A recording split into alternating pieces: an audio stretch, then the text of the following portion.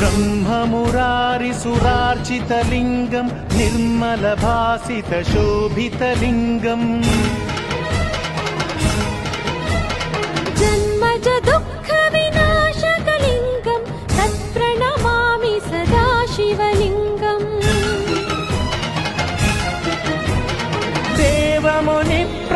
देवमुनिप्रवरार्चितलिङ्गं कामदहनकरुणाकरलिङ्गम् रावणदर्पविनाशकलिङ्गं तत्प्रणमामि सदा शिवलिङ्गम्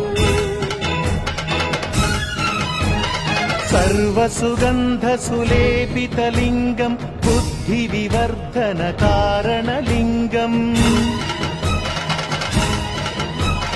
सिद्धसुरा